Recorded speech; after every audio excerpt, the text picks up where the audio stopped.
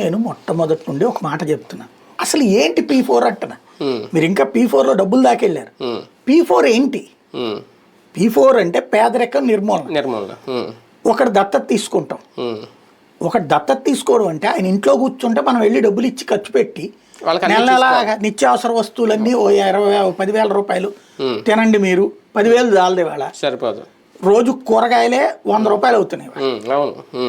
రోజు 100 రూపాయల కూరలకి, ఆదివారాలు నాన్ వెజ్ గాను ఓ 500 రూపాయలు, తర్వాత వండుకోవడానికి గ్యాస్కి ఒక ఇది ఇచ్చి మళ్ళీ బియ్యము పప్పులు ఉప్పులు కలిపి ఓ 20,000 రూపాయలు క్యాష్ ఇచ్చి వాళ్ళు చదువుకుంటారంటే స్కూల్ ఫీజులు ఇవన్నీ కడితే వాళ్ళు ఇంట్లో కూర్చుంటారా? మళ్ళీ వాళ్ళ మెడికల్ వాళ్ళకి ఏదైనా జబ్బు వస్తే మనం తీసుకెళ్లి ఆసుపత్రిలో చేర్పించి ట్రీట్మెంట్లు ఇప్పించాలంటే ఇదంతా అసలు ఎవరికి సంబంధం అవుతుంది? అదే పోనీ అసలు ఏంటి? పోనీ అతనికి ఏదో వ్యాపారం చేసుకుంటేను ఏదన్నా ఉన్నత స్థితికి వెళ్ళడానికి ఉపాధి అది అన్నారు అనుకోండి. ఉపాధి ఇప్పుడు వాళ్ళకి ఏం కరువైంది? ఏం చేయించాలి వాళ్ళతో ఉపాధి అంటే? నేను అనేది ఏంటంటే, ఉపాధి అంటే ఓ చిల్లర కొట్టు పెట్టిస్తాడా, ఒక బడ్డీ కొట్టు పెట్టిస్తాడా, ఇది.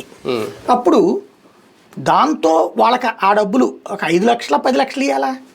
అది అసలు ఒక సామాన్య ఉద్యోగి వల్ల అవుతుందా? అదే కదా. అసలు ముందు P4 ఏంటో బాబు గారికి అర్థమైంది, అధికారులకు చెప్పలేదు. ఇంతకుముందు పవన్ కళ్యాణ్ గారు ఒక స్కీమ్ చెప్పారు అప్పట్లో, నేను వస్తే యువత అందరికి 15 లక్షలు ఇచ్చేసి నియోజకవర్గంలో వాళ్ళతో